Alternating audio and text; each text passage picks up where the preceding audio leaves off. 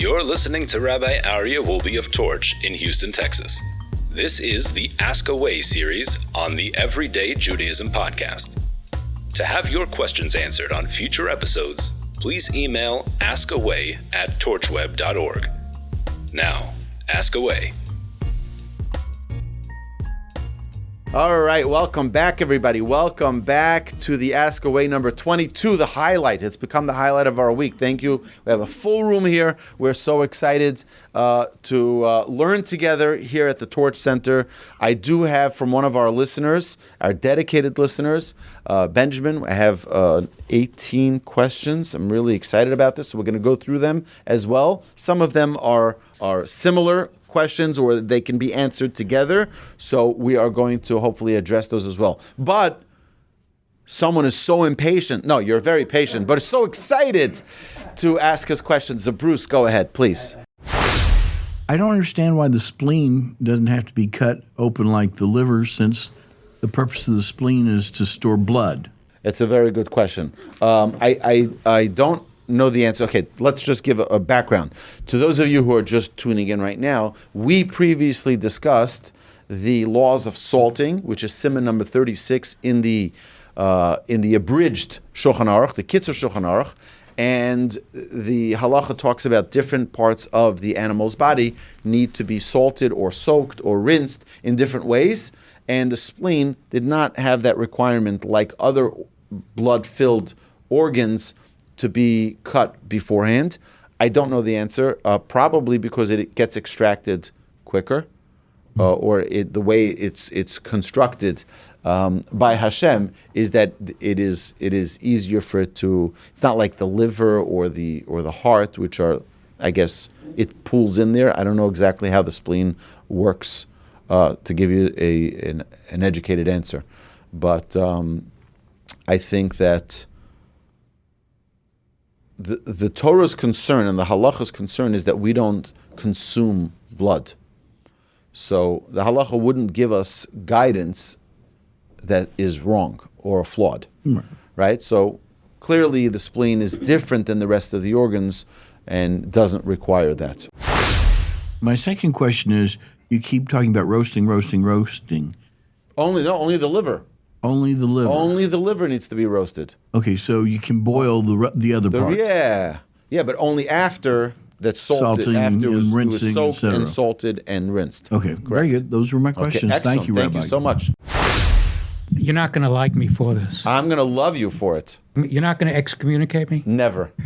Okay. You're assuming we already like you. Go for it.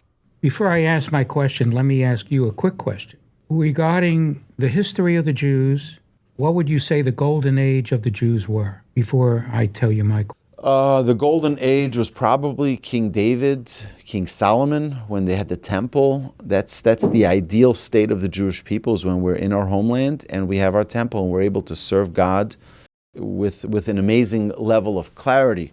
That was probably the ideal state of the Jewish people. Before I ask my question, would you agree that in the 1700s in Eastern Europe, during the pogroms, during the killings, during the Pale, that was not necessarily the golden age? Would Correct. you agree? Yeah, I would agree that when we had You would pogroms, agree it was- to that, right? Yeah. So, given that, why do some of these ultra-Orthodox Schlemiels dress with the white socks, with the shloimeh, with the long dress? Talking about the Strimel, the long thing. They look like jerks. Okay. Why do they dress like a dark period of our history? That's a great question. So first is we need. Did you hear what he said? It was a great question. It was a great question. Did you hear that, Ed? I heard that. Yeah, that's a great question. Okay, so let me address that. Okay, so first is like this. I want to address something different, and I'll get to the clothing question.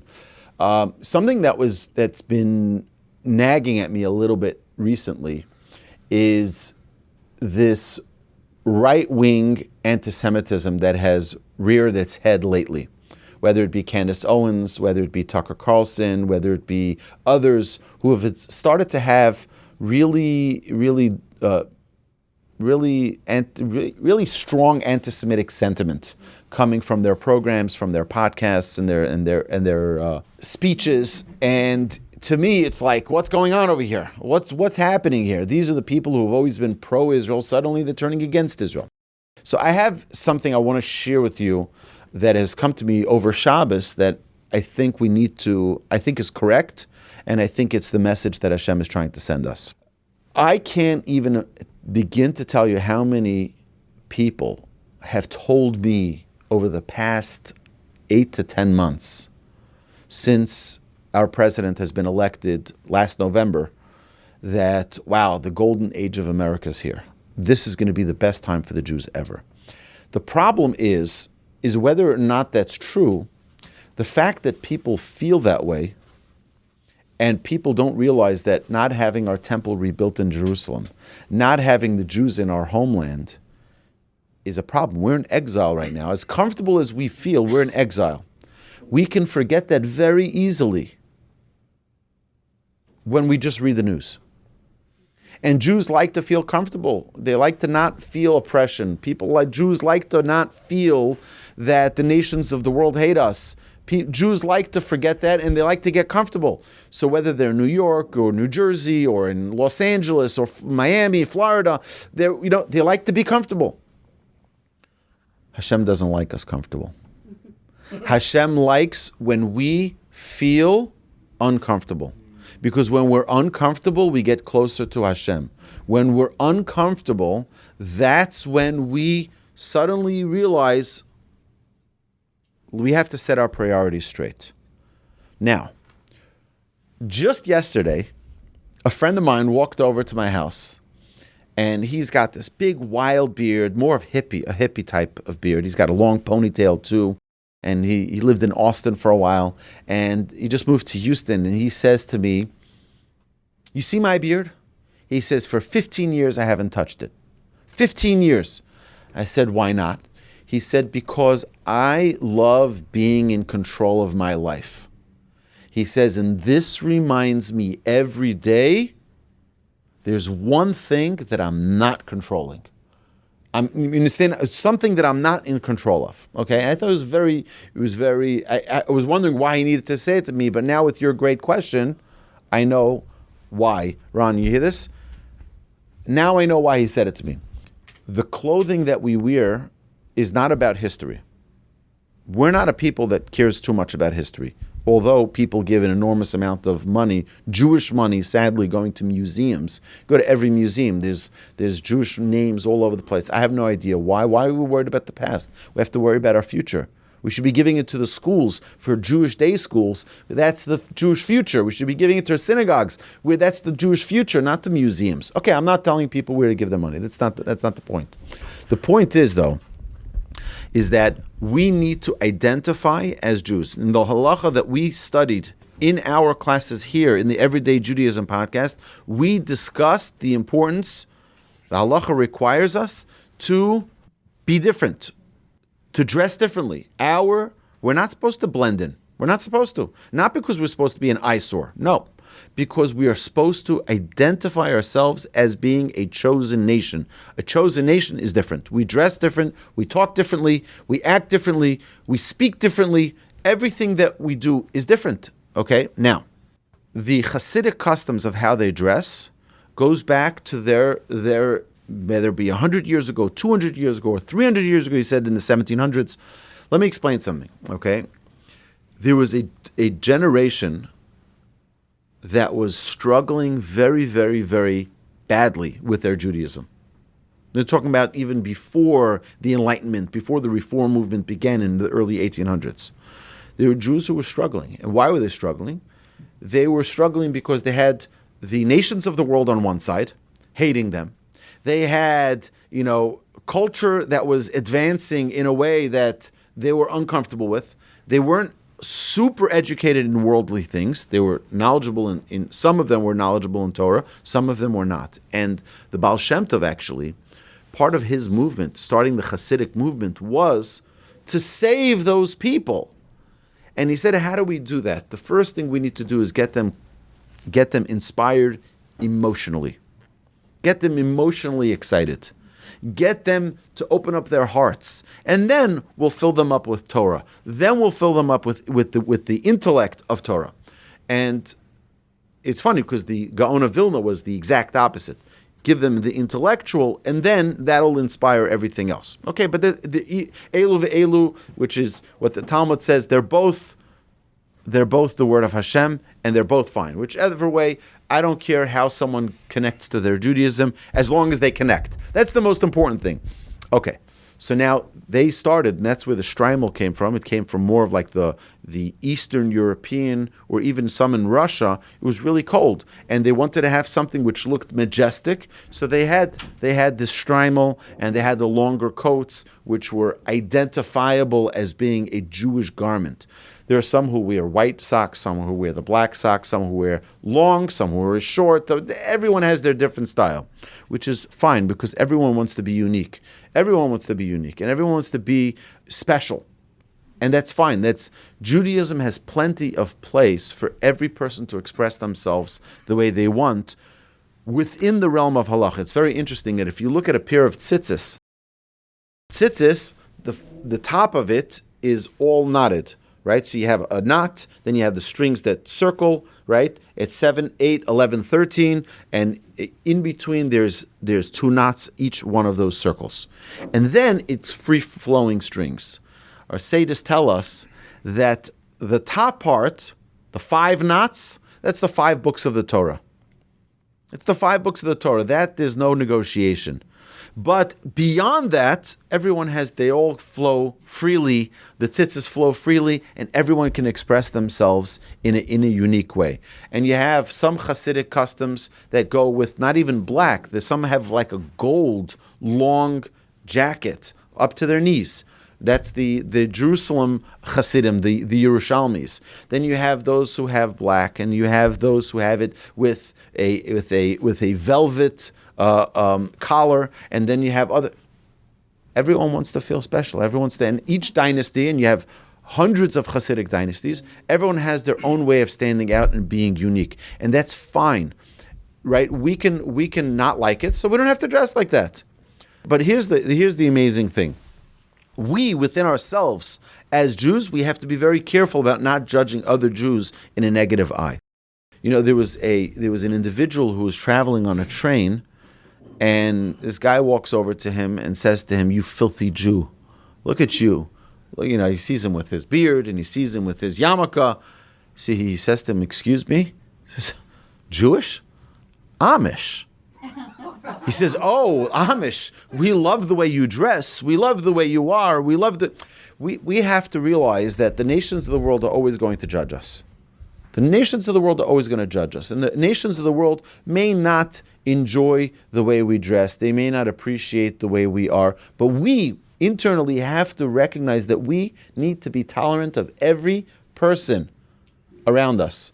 One person's going to have a yarmulke like this, someone's going to have like that, and one's going to have like that, and one's going to have a baseball cap, and one's going to have, that yarmulke, and everyone's going to have their own thing. Beautiful. Beautiful. We're not a communist people. We are, unless you're the early kibbutzniks, right? But the truth is, we have freedom of expression in Judaism, and everyone has their own. What's very interesting is that even in the halachas that we learn here, in the Kitzur Shulchan Aruch, that we learn, you'll find so many times, Yesh Omrim, there are some say like this, and there's some say like that. What do you mean? Just tell me. It should be black letter law. Tell me it's like this and only like this. No. There are different people have different customs of how they do. We all have the same principles. And by the way, those people that you don't really like the way they dress, they will take the shirt off their back to help you. And when you're stuck in the rain with your broken down car and you will call them to help you, they will leave their home, they will leave everything, they will drop everything to go help you. And they don't even know who you are. They will do anything in the world. You will never find. Hasidim comes from the word chesed.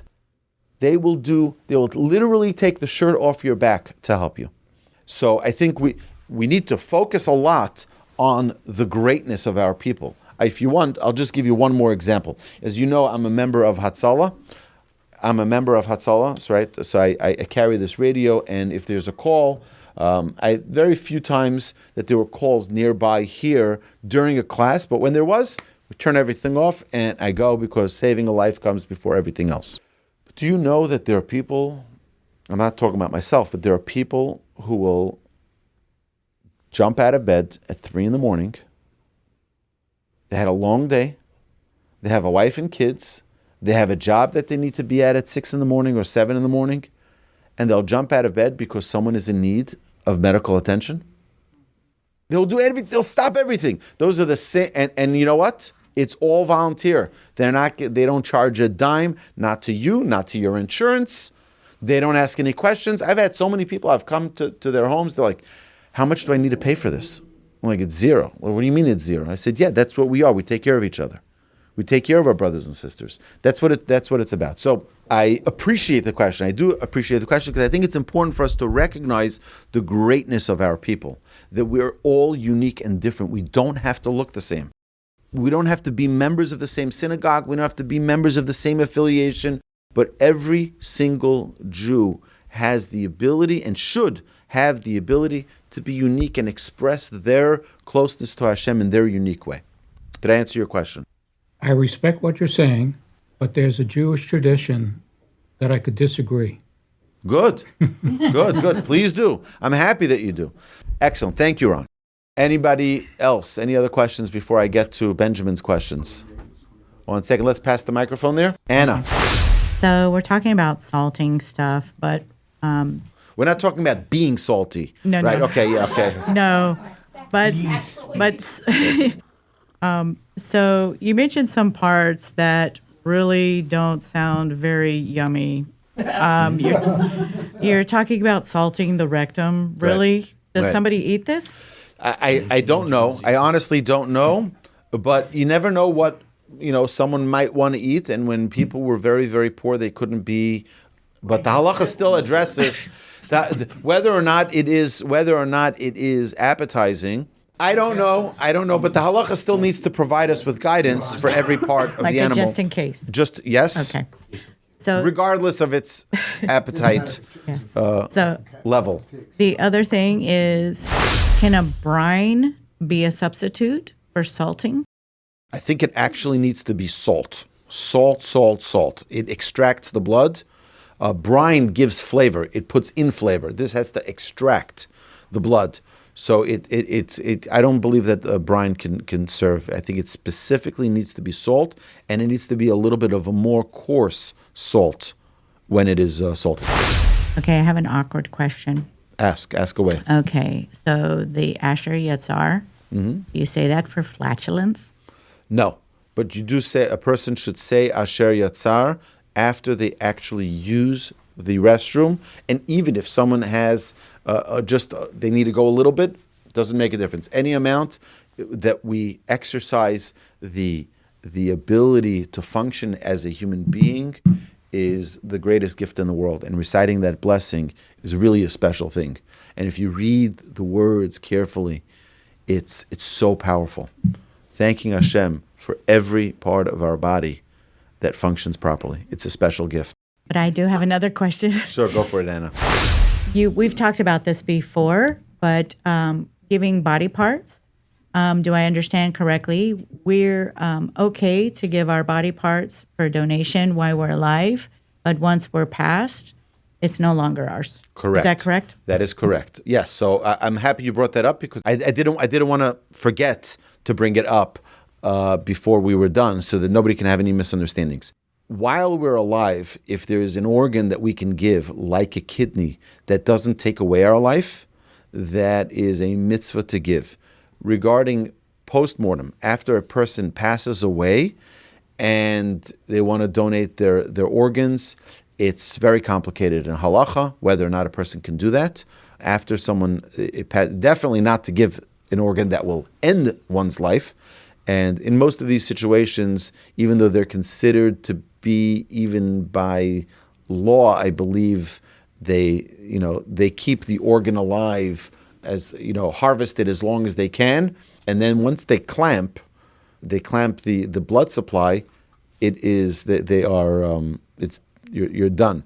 you're done. Actually, the question that came up before about the anesthesiologist, why was there an anesthesiologist there? So one of the things the anesthesiologist told me, he showed me a medication, and he said to me, you see this medication?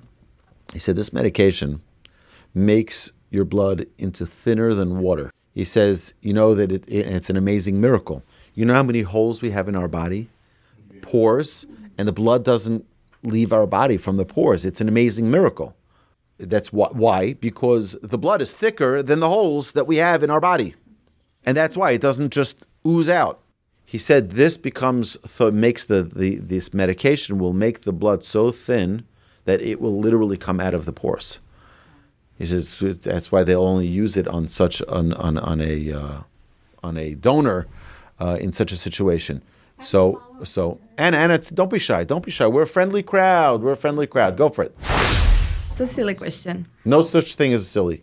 The Mevushal wine. Okay. So, what is the difference between a Mevushal wine or a regular kosher wine? And it is like a certain time, like we need to drink just Mevushal, or it doesn't matter? Okay, very good question. All the laws of mevushal and not mevushal wine, we're going to get to. We're going to learn it in the Kitzur Shulchan Aruch. We're going to talk about this. But the general idea is that wine could be used for idolatry. In certain practices of idolatry, they would pour wine for their idols. So we are very cautious about this because we want the food and the drink that we consume to not be tainted with impurities, particularly not idolatry. So what happens if the wine was pasteurized, which is what we call mevushal? Mevushal means literally it was cooked. So then it decreases a little bit in its quality, and nobody would use that for their idolatry. So when you have a non-Jew is not allowed to touch a non-mevushal wine. A non-mevushal wine means it's just regular wine. So if a non-Jew touches that non-mevushal wine, once it's opened, obviously, then it becomes a Jew can't drink it. A Jew can't drink it. So you have to be very careful to have mevushal wine. A mevushal wine is not problematic. A non-Jew can touch it. Okay, you with me? No. All the wines that are kosher will have either mevushal or non-mevushal. I have another wine, is say Mevushal. So I don't understand. Okay. So let's go back. Let's go back a step. It's very hard. Okay. Sorry. Wine that we consume needs to be kosher. Okay, yes. It needs to be certified kosher. So you can find an OU, you can find an OK, you can find the star K, you can find all these different kosher symbols that identify that the wine is kosher. Additional to that, there will be a little word. Either it says mevushal, which means that it's pasteurized, and that wine can be touched by a non-Jew. And if it says non-mevushal, it shouldn't be touched by a non-Jew. But that's only after it's opened. Okay? Once it's opened, if they even touch the bottle, it's not good.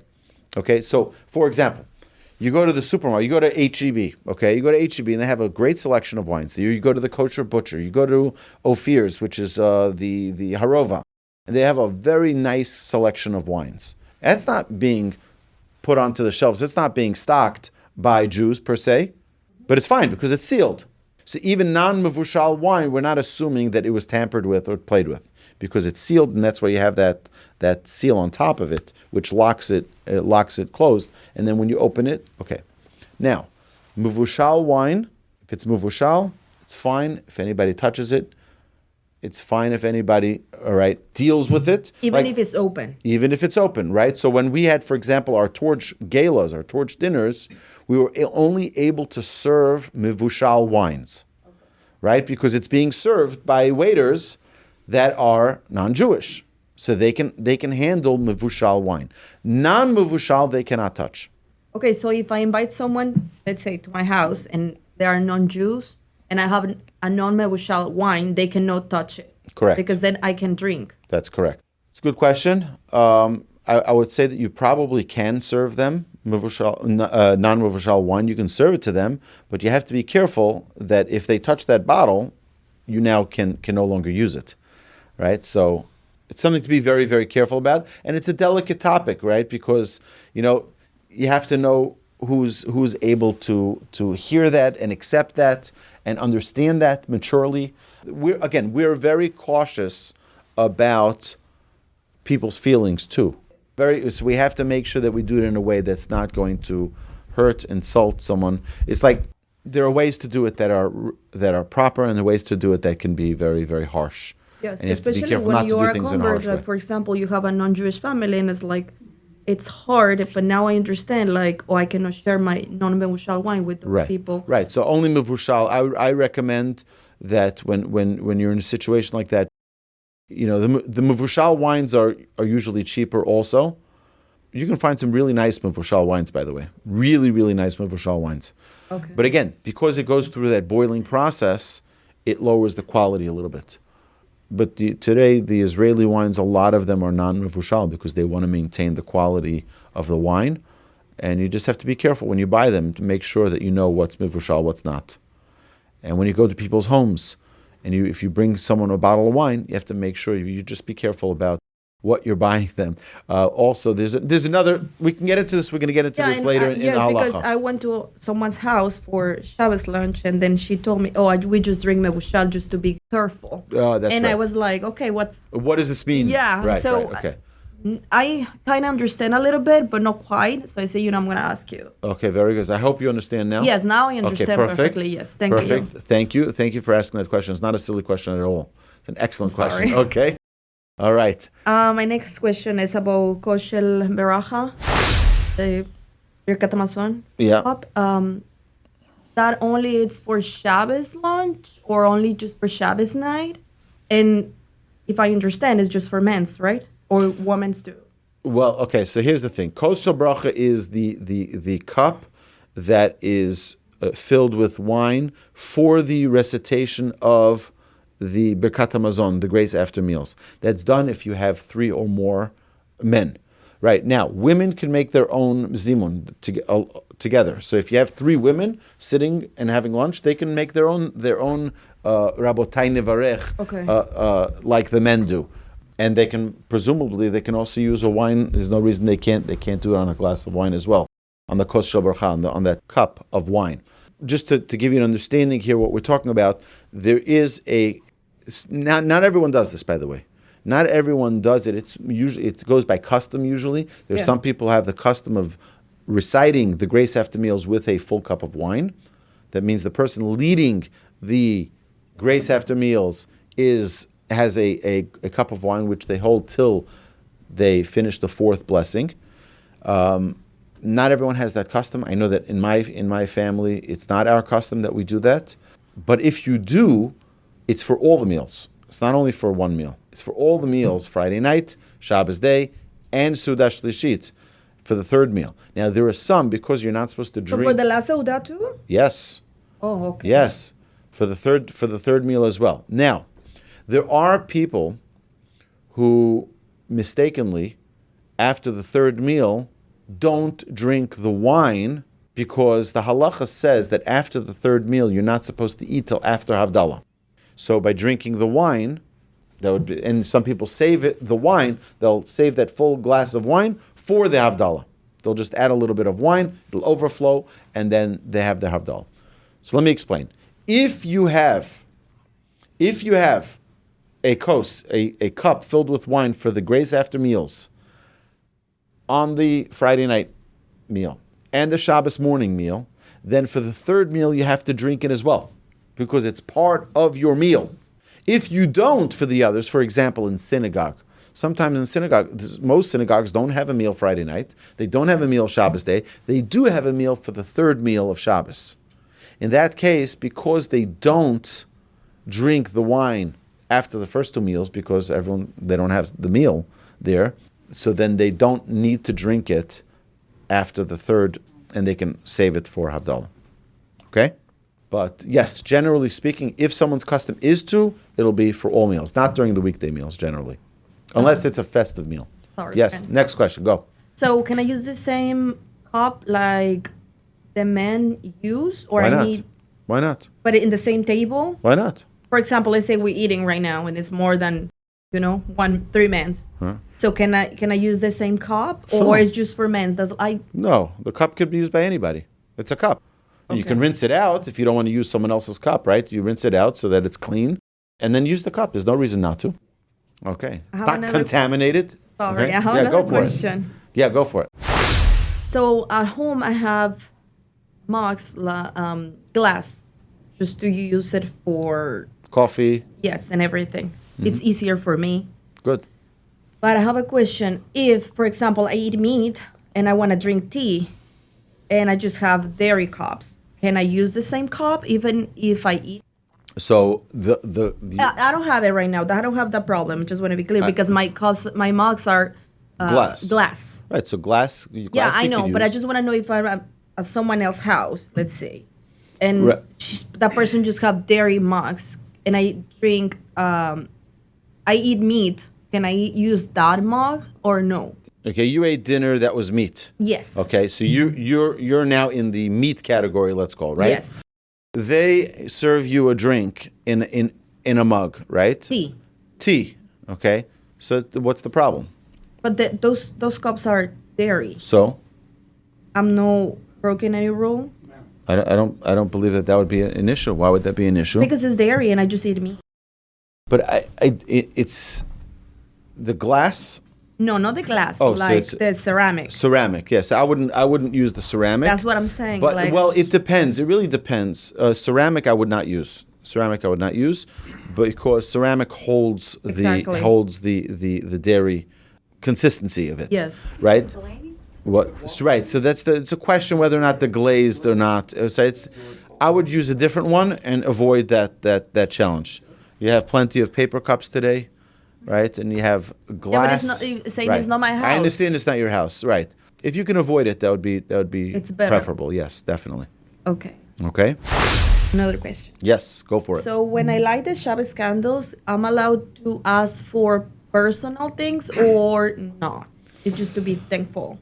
Okay, so yes, you can ask for personal things. It's a very powerful time to ask, and it's particularly because you're lighting candles before Shabbos. Even though that's the onset of Shabbos for you, it's usually 18 minutes before Shabbos. I think one of the reasons for it, the reason why it's 18 minutes before Shabbos, is so that you can still include your personal prayers. Okay. Because typically on Shabbos you don't include personal Exactly. prayers. But because it's such a powerful time, with the onset of Shabbos, we ask for our children to be righteous. We ask for our lives to be filled with blessing. We ask for many amazing things in that prayer. I think there's no reason we can't include a personal prayer in there beyond the text that we read from the prayers that our sages prepared, to add in a special request. I think it's very special. So, sorry. Don't be sorry. So, normally I separate in my dishwasher. I put all meat together, and then I wait and I put all the dairy together. But can I in do the same it? dishwasher? Yes. Okay. So I'm breaking any rule over there? It could be problematic. The dishwashers. I don't put it together. I understand. Dishwashers might not, depending on what type of dishwasher, you might need a separate dishwasher for the dairy versus the meat. Okay. Okay. We'll talk about it after. I'll ask you for the specifics of it because it's not so simple. So now I feel super bad. Don't feel super bad. Don't feel super bad. We're all in a growth process here. We're all in a growth process. There are many things, I'll tell you. I sit every Shabbos and I look up halacha for different things that come up for me. And I grew up in a Shomer Shabbos home. There are things that I'm like, I can't believe I did that wrong my entire life. It's fine, okay? But that's the reality. We're all here not to be perfect, but to strive for perfection and to try to do everything we can to, right? Sometimes we make mistakes. It's fine. That's part of our growth. And there's some things that I might say here on this episode that people are going to say to me, what's wrong with you? How can you say that? And I'll have to correct myself. I don't know everything. I try to know everything. I try to learn as much as possible and to grow constantly. Don't be ashamed of growing. Don't be ashamed. All right? You're doing a great job. What is your advice? So just do it by hand, dairy, or? I would say whichever one has more volume, make it dedicated to that. Okay. And then the other one, just do by hand. Yeah.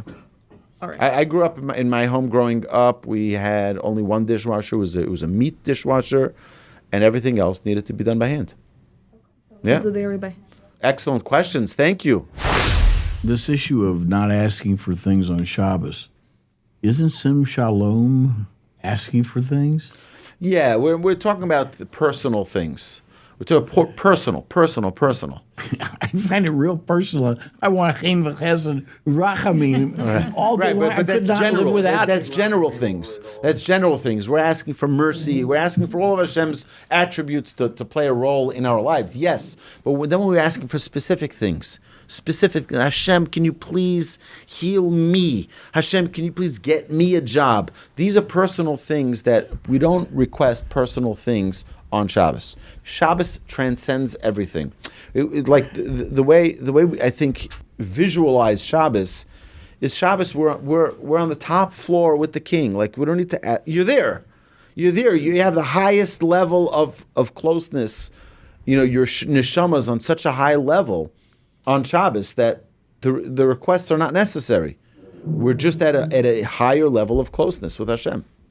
With all my health issues, on Shabbos I can't ask God to heal me? Is that what you're telling me? I actually think that you can add it in the first three prayers. We say, Somech noflim, Virofei cholim. Oh, in there you can have in mind for all of my, Hashem, you're the healer of all sickness. I'm included in that. And have that in mind. That we can. I think that I was thinking about that because I was wondering the same question. Maybe that's why our sages kept that part in our prayer on Shabbos as well, so that we can have in mind. Again, we don't verbalize it outright, but we can have in mind, Hashem, you got a guy here who needs healing. I know a person or two who can use healing. You're the Rofei Cholim. You're the one who heals all sick. Okay? Thank you. And I forget the word. There's a word when you kind of leave an order, for example, if you go to hospice and you leave an order for you not to be fed, or DNR? Do not resuscitate? Yeah, do not resuscitate. That was what I was thinking of. So, how do you feel Hashem feels about DNR saying, "Don't feed me, let me pass away"? Okay, so this is a good question. Right. So it's a very good question. I know many people who had DNRs. Signed before they passed away. And the reason halachically and why the family would do that is because they were in more pain being alive. They were in such excruciating pain. Prolonging that pain is not our desire either. So if someone is on their way out on their way to the next world, we don't want to do.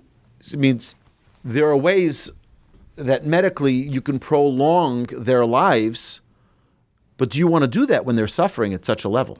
And that's why a rabbinic question needs to be asked. And I remember for my wife's grandmother, I remember that she had a DNR, but it was only after they consulted with the rabbis. They were told what her condition was. They were told, everything was explained both by the medical team and by the family. And it was the decision that a DNR should be signed because she was in such excruciating pain. You don't want to prolong that. Okay, so it's a very good question. Yeah, it's very important for us to have that sensitivity to realize that there's a time to live and there's a time to move on. And we obviously want to be in this world to fulfill Hashem, the will of Hashem, as long as we can. And hopefully we should all live happy and healthy, successful lives, fulfilling the will of Hashem. Bis 120, we say in Yiddish, till 120, right? Like our master, our teacher, Moshe Rabbeinu, lived to 120. We don't live longer than the master, which is why that became the age of. Okay, great question, David. Any other questions? Several years ago, I was in Israel and I was having dinner with an Hasidic family, and I gave you a call to find out what kind of wine I needed to buy for them, and you told me to get a Mevushal wine. Why Mevushal and not just kosher? Well, mevushal is within the realm of kosher. Yeah. Then you have to break it down. It's kosher, great. Yeah. Now it's either mevushal, which is pasteurized or cooked, and non-mevushal. The reason you get mevushal is because sometimes people will have sensitivities, and people will not know. I don't know who. That's always being on the safer side, getting a mevushal wine. So there's reason for that. Now, there's still a lot more to talk about. We're going to get to those halachas. We're going to get to those halachas in our study, in our further in our study. We're going to talk about the wine issues more. But that's always safer to do that. Okay. One more question. Kind of remember, there's a part of the hind quarter that you're not supposed to eat. Correct. The gid hanasheh. Right.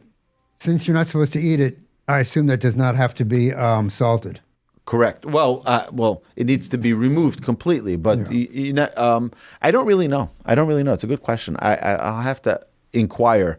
I have a friend of mine in Dallas who is a shochet, and I can ask him. I'll call him and I'll ask him what needs to be done and how it needs to be done, how it needs to be dealt with. Yes. What is it called? The sciatic nerve, right? The back over there, the T-bone needs to be. It cannot be eaten by us. The Torah prohibits us from eating that. All right. So now, my dear friends, I wanna thank our online listeners for joining us. And one of our participants sent me 18, not 800, 18 questions. 18, yeah. So we're going to go through them. I want to thank Benjamin. Thank you, Benjamin from New York, who shared the following questions. So tefillin must be kosher? Yes. Tefillin must be kosher. What does that mean? What is tefillin? Tefillin are the phylacteries which a Jewish man should wear every single day. Every single weekday, not Shabbos, not Yom Tov, not holiday, a man should wear tefillin. Anybody here who does not have a pair of tefillin, please see me. And if you're interested in having a pair of tefillin, I will happily help you with that, and we can learn together how to put tefillin on. Tefillin need to be kosher. What does it mean to be kosher? It means that it's made by a God-fearing person, a God-fearing Jew who knows the laws of tefillin. Tefillin need to be made from the hide of a kosher animal, both the outside and the inside. The inside is the parchment on which 4 different portions of the Torah are written on it. Shema, V'hayim Shemoah, Kadesh li kol bechor, and the 4th one is V'haya ki V'yacha. These are 4 portions that need to be written in every pair of tefillin. Now, the head tefillin, you may notice, has 4 compartments. That's because each of those portions are written on a different parchment. On the hand tefillin, it's written on 1 parchment. It's very, very small, and you have to be very careful about it. I'm neurotic about my tefillin. I really am I'm horrified of the idea of, God forbid, one day wearing a pair of tefillin that are not kosher. Heaven forbid. Like I told my wife, if God forbid, if I'm ever incapacitated, I'm in the hospital, I said, I don't care what the story is, make sure they put on tefillin on me every single day. I'm like horrified of the idea of not wearing tefillin. Okay, now I don't know if halachically that would be permissible if someone's, God forbid, in a coma, where they don't. But I don't want to be in a situation where, God forbid, a day passes without me wearing tefillin. It's a great question. It's a great question whether or not women can wear tefillin. It's for a different topic. I'm not going to be able to get through Benjamin's 18 questions if I address that now. Rashi's daughters did wear tefillin, and I know that there are some women today who do. It's not a custom. It's not popular for women to be wearing tefillin today. I'll explain it even more. It doesn't really do what it needs to do for a woman. Okay, it doesn't check the boxes. What I mean is that a man needs certain things to connect him with the Almighty. A woman has a totally different voltage, and that voltage doesn't need the same things, right? We like to think in our world of modernity that everything is egalitarian and everything is equal. It's not equal, it's different. Apples and oranges are different. They're very, very different. They're both fruit. They're different. We're both human beings, male and female, but we're different. We all need different things to connect us. Men need our antennas. We need our antennas to be refined. How do we do that? That's with our tefillin. And tefillin are very, very powerful. Lemon cannot be used for the mitzvah of lulav. That's question part 2. Yes, a lemon cannot. It's a special citrus that is used for an esrog. So, Benjamin, that's a great question. Now, Benjamin is asking this after we discussed the Ask Away 18, where we talked about the mikvah, we talked about other mitzvahs, we talked about bread. So he's asking a few questions here about mikvah. So we'll do them quickly. Question number 2, how can a swimming pool be used to fulfill the mitzvah of mikvah, given these standards for ritual items? Okay, so here's the quick thing. What makes a mikvah kosher? What makes a mikvah kosher is it being filled with 40 sa'ah of rainwater. So if your swimming pool is filled with rainwater, water that was not in a vessel, okay, it means to be pure rainwater, not in a vessel. So you can't take faucet water and say, well, it rained into these pipes. No, once it's in a pipe already, it's not considered pure rainwater. So if, technically speaking, Benjamin, if I emptied out my swimming pool, which I plan to do one day, because I need to recoat the plaster in the pool. So at that point, before I refill the pool with water, I'm going to wait for it to rain 40 sa'ah. So that way, after the 40 sa'ah are in the pool, and there's more laws about mikvah than we're going to detail here, but after the 40 sa'ah are in there, it's a biblically valid mikvah. Now, it's a biblically valid. What does it mean biblically? That means that it can be used for a woman then. A woman who has a biblical obligation to a mikvah can use that pool. Okay. Now, would I recommend it? Not necessarily. You can go to a proper mikvah, right? There's designated places like in multiple synagogues here in Houston that have a special mikvah area for women to use. Now, what's about men? And why are men, and this is one of the questions that he says later on about, okay, so well, you know what, we'll go in order and I'm not going to skip around, so that way I don't miss any of the questions. Okay, question number 3, 4. So a swimming pool can be used for a mikvah as long as the first 40 sa'ah of water was rainwater, pure rainwater falling from the heavens. Not that it went through a vessel, not that you collected pails of rainwater and poured it in, because once it's in a vessel, it becomes invalid for the use in the mikvah for the first 40 sa'ah. After that, you can add more water to the 40 sa'ah, and it's fine. If a swimming pool is permissible, could a bathtub or shower suffice? Again, for a woman, no. For a man, there's something called a tisha kavim. Tisha kavim is 9 kavim of water that if a person goes into a shower, this is, by the way, what's used for a tahara, for a deceased. After someone's deceased, we put them, we cleanse the body, and it needs to be with a quantity of water of tisha kavim, 9 kavim of water that, with one steady flow. So in a shower, technically speaking, you fulfill that, and a man can fulfill his mikvah. Now, we're going to get into this because he's going to ask this question soon of why do men have a rabbinic, meaning the rabbinic law of men going to the mikvah before holidays, for example, before Rosh Hashanah, Yom Kippur, there's a rabbinic law that men should go to the mikvah. It's not a biblical obligation, and it doesn't have to be the same type of mikvah that a woman would use, which is a biblical obligation.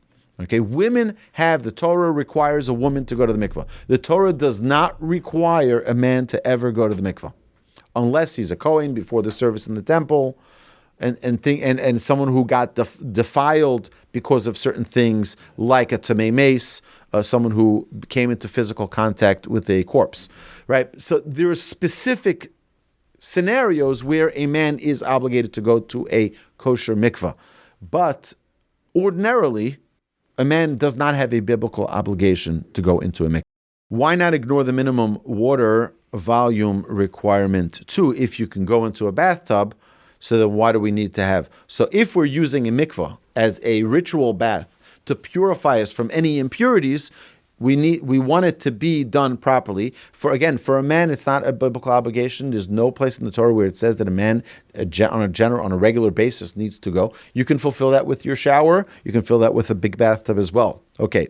Now, we recommended the amazing book of Rabbi Aryeh Kaplan, Waters of Eden. So he says, he brings in question number 5, Waters of Eden includes the blessing for the kela mikvah, for utensils, which we're going to talk about in the upcoming episodes, of dipping in a mikvah. So when you buy new dishes, you dip them in the mikvah before you use them. Make sure that the labels, the tags are off, right? Make sure that the stickers are taken off, and you dip the utensils in the mikvah. There's a special blessing, al tevilas kelim, that is recited. But women as well, when a woman goes to the mikvah, there's a blessing that's recited as well. For men, again, there's no obligation for a man to go, no biblical obligation for a man to go, and therefore there's no blessing that a man recites. Okay, so there's no obligation for a man to go to the mikvah, therefore there's no blessing. There is an obligation for a woman, there is an obligation for utensils, and therefore there is a special blessing for that. What is the blessing? Here in the siddur we'll have the al tevilas kelim. I know for sure. For the woman, it's al hatvila, I believe it is. Baruch atah Hashem, Elokeinu melech haolam asher kiddushanu mitzvos v'tzivanu al hatvila, that they're going into the mikvah. Is a shehachiyanu appropriate? I don't think so. I don't think shehachiyanu is appropriate mitzvah blessing to be recited upon going to the mikvah. If one is really, really, really excited about the mitzvah of going to the mikvah, perhaps they do. I don't know regarding, I wanted to look this up before class today regarding conversion, if someone is going to the mikvah, if there is a special blessing. I don't recall. I was at one conversion that they were at the dipping into the mikvah, and I don't recall whether or not they recited the blessing. That's the only time a man would be obligated for conversion. Then a mikvah is required. I don't recall that a blessing was recited, but I may be wrong, so I'm sorry. If no bracha is said, is this similar to counting the Omer without a bracha if a day is missed? It's a very good question. I don't think it's recited shehachiyanu. This is regarding going to the mikvah. It's a great question, Benjamin. Can it still be considered a mitzvah? Yes. So anything that we do, what is a mitzvah? We loosely translate it as commandment, but a mitzvah, no, it's even more than a good deed. A mitzvah is something that brings us closer to Hashem. Hashem prescribes in His Torah 248 performative mitzvahs that bring us closer to Hashem.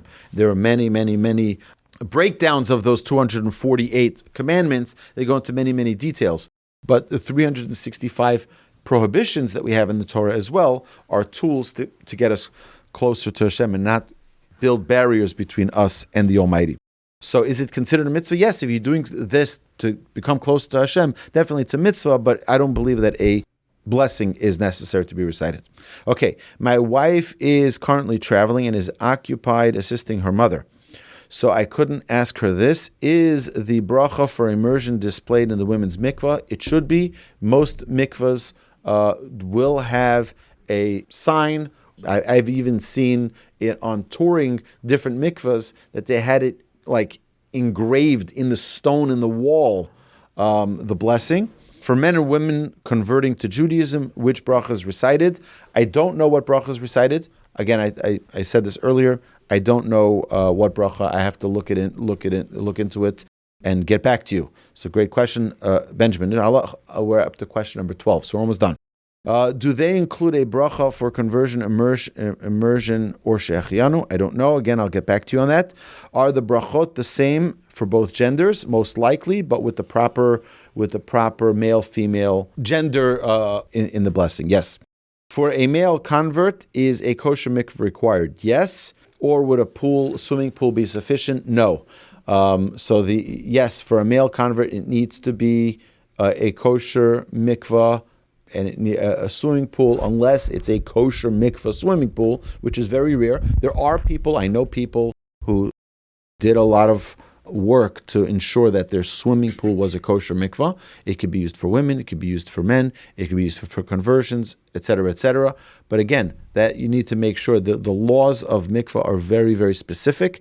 And you need to make sure that someone who really, really, really knows what they're doing, not me, someone who really, really knows what they're doing is overseeing it and ensuring that the mikvah, that the swimming pool is indeed a kosher mikvah.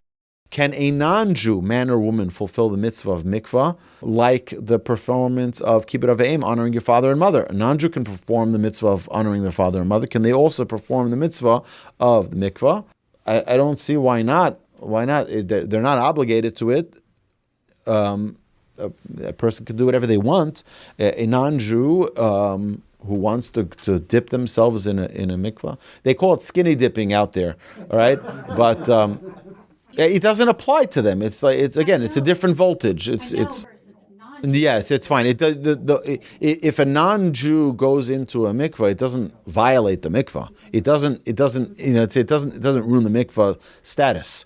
Definitely not. So I don't think that would be an issue. You mentioned a apostle rabbinic mikvah requirement for men. Could you share the source? So the source was in the halacha that we discussed in, I believe it was Siman 130 or 131 in the Kitzur Shulchan Aruch, in the laws where we discussed the laws of Rosh Hashanah or the laws of Erev Yom Kippur, where over there it was mentioned. If possible, the reasoning behind the opinion that it may actually be obligatory. So there's no obligation for a man to use a mikvah, but because a mikvah is a place of purification, it's recommended by our sages when we're coming before Rosh Hashanah and Yom Kippur in a time of spiritual sensitivity, spiritual closeness to Hashem. We want to remove all barriers, particularly if there's a physical barrier for a sin that we may have done with our body, that we want to cleanse that, and it's particularly before Shana Yom Kippur. So that would be more of the reasoning behind it. But there's definitely no biblical obligation. There's no commandment in the Torah that requires a man to go to the mikvah at any period of time, except for those situations that we mentioned where someone was a tamei meis or something like that. Okay, if men's mikvahs is optional and not a obligation, shouldn't resources be better allocated to other community needs? Definitely. Yeah, there are priorities in a community. For example, making sure that there is a Torah scroll, making sure that there's a mikvah for women. There are things that are more important than having a men's mikvah. Definitely, why build and maintain men's mikvahs? Generally, when people do that in communities, for example, many of the Hasidic communities have a men's mikvah, which is, again, they take care of it and they ensure that people want to do that. That's great, but it shouldn't come at the expense of feeding poor people. Okay, if someone has extra money, they want to donate to that, that's great. He says, I don't want to push this into the weeds. This is question number 18 from Benjamin. Perhaps, on a side note, I've noticed English spelling of mikveh with an EH vary. Some people spell with an AH at the end. Some people spell it with a UH. Even though it isn't really presented this way in English print, the common pronunciation is mikvah, but it's mikveh as well. So that's a great question, Benjamin. I would love, if possible, I'll even turn on the microphone for everyone. If everyone could just give a round of applause for Benjamin for his wonderful question. There you go. Okay. All right. So thank you, Benjamin. I hope I addressed all of your questions. Anybody else? One final question. We'll take one more final question. How many gallons are 40 she'ah? How many gallons are 40 she'ah? That's a great question. Let me look that up. Give me a quick second here. In the beginning of all of the I don't have it right here. I don't know. I will. You can ask your AI. I know you like to ask your AI. But my dear friends, this concludes episode number 22 of the Ask Away series. My dear friends, this was such an honor, such a privilege. Gary, we didn't hear a question from you. Yeah. Oh, there we go. Pass it to. Here we go. Gary, our statesman is here. Here you go. Right here, right on the other side.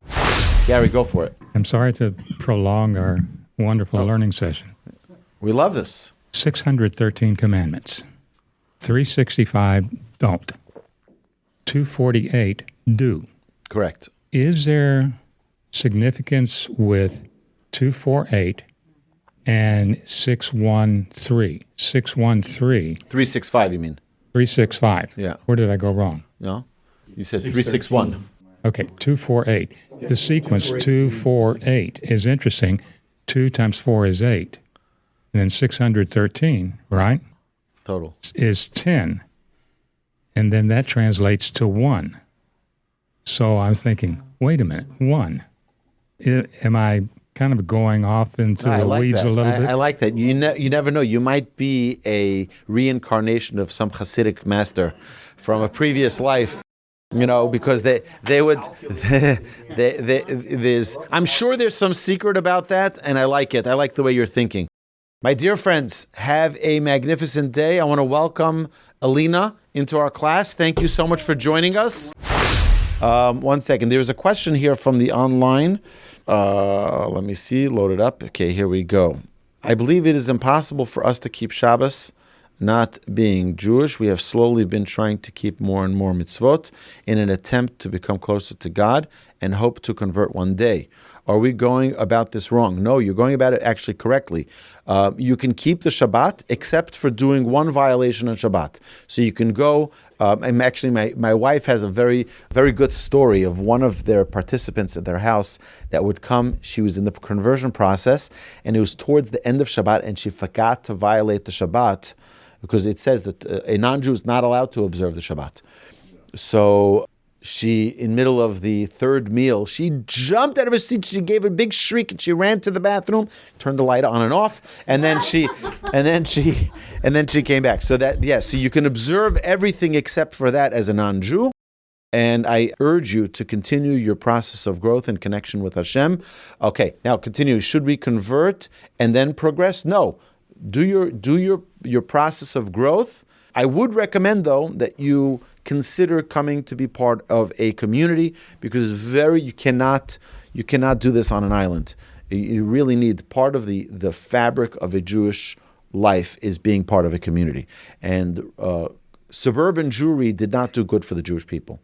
That assimilated us, and we've gotten lost by that. Okay, friends of ours who are part of the Houston's community converted years ago and tried to keep Shabbos, wore tzitzis, hung mezuzahs, all prior to converting. I would recommend the same, but I would recommend before, if anybody's in the process of conversion or at least thinking about the process of conversion, I would recommend that you meet with the Bet Din in advance. You meet with the Jewish court my pleasure, Samuel.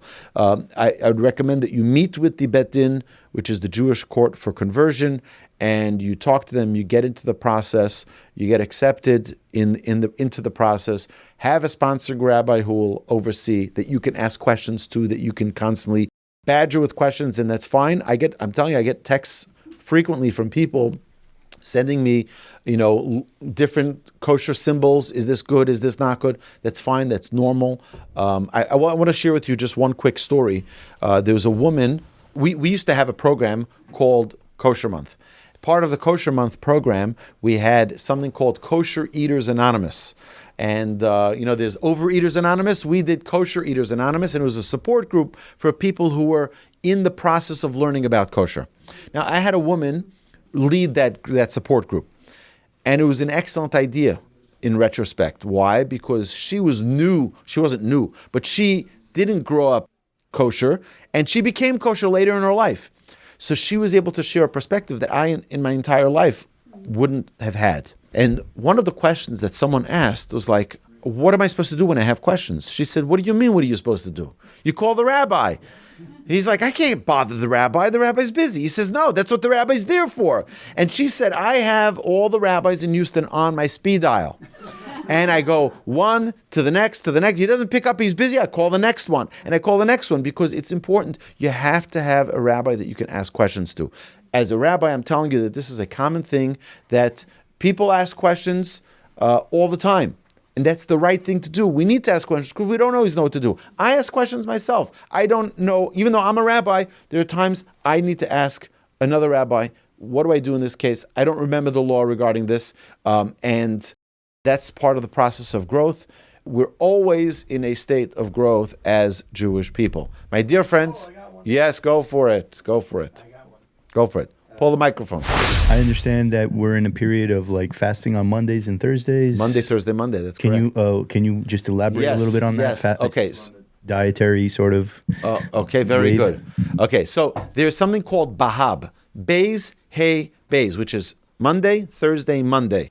After a holiday of the two holidays, the two main festivals of Pesach and Sukkot, because family get-togethers, you're sitting in the sukkah and you're schmoozing, you're eating good food.